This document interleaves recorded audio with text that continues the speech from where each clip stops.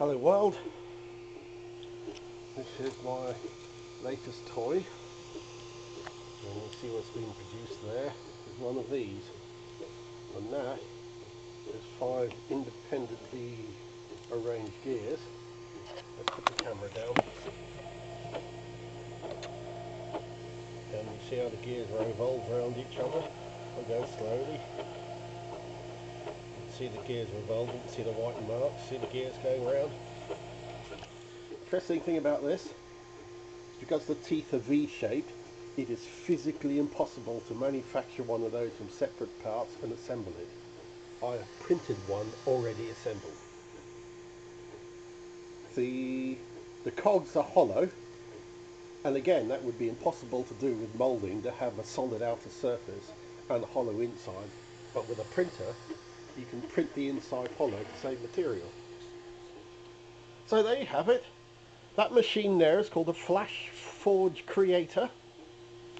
Got it off YouTube, and it's actually a copy of something called the MakerBot Replicator. It's a Chinese copy. It's a Chinese copy of a machine called the Replicator, and trouble with these basic machines, you do need a bit of fiddling about to get them right. I noticed this one wasn't as accurate as it should be, and I noticed these two metal bars are rattling about. Obviously what they do is they drop the bars in and then they put that lid on, but the hole was a bit oversized. So what I did was I printed a wooden beam similar to this one but a bit narrower, and I just glued it on the back with PVA glue, ordinary wood glue, and clamped it up, left it overnight, and it's made an improvement. And that's the nice thing about this. When I needed a part, I just printed one. And I've been printing some various parts. There's one I messed up, it's a bit manky. But that's a suggestion of the sort of thing that was one of my beginner prints. There's a simple metal, pole. Again, that was a beginner's print. Now again, that's hollow. So you can have a strong skin on the outside and a hollow internal structure. That's like a piece of human leg bone, that is. It's the most efficient use of material you can possibly engineer.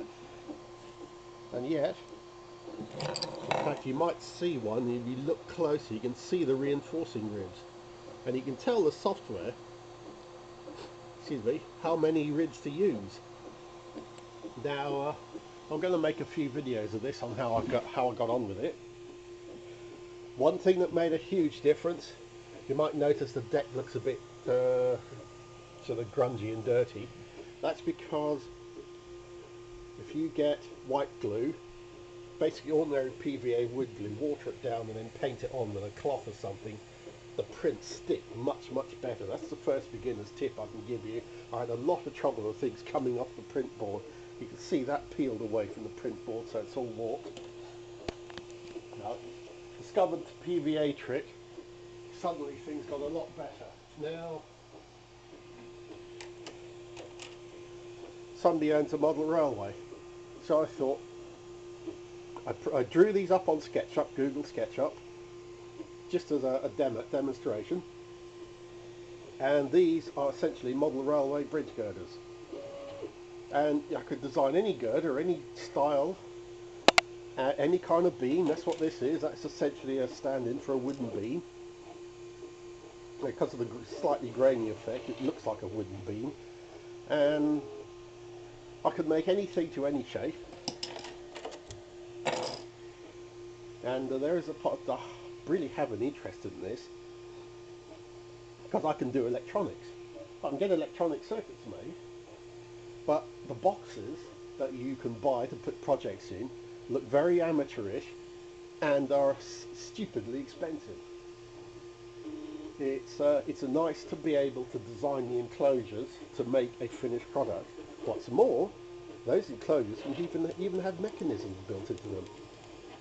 Like, for instance, I could engineer a fold-down door. I could make the mechanism for that if I was building a project. This is what's called an open source design. There's no patents on it, and The whole idea is that people replicate the design, perhaps even using parts printed on other printers. I could make another one of these with all the plastic bits printed out on a printer like this.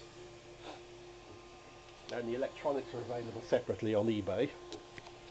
And so there you have it, my first 3D printer.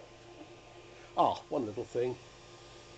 See, I've been fiddling around with experimenting with the feed-in arrangements for the filament, and eventually I want to get rid of all these tubes and have the filament come over the top in a set of guides. So if I feel it pulling tight because it's all snagging up on the back, I can see the problem before it ruins a print. That is another little thing. Experimented with changing the filament halfway through. Made a little holder for a rather valuable little item. And again you can see the edge is not solid, it's a kind of structure. You can incorporate exquisite structures into things which would be completely impractical to manufacture otherwise. And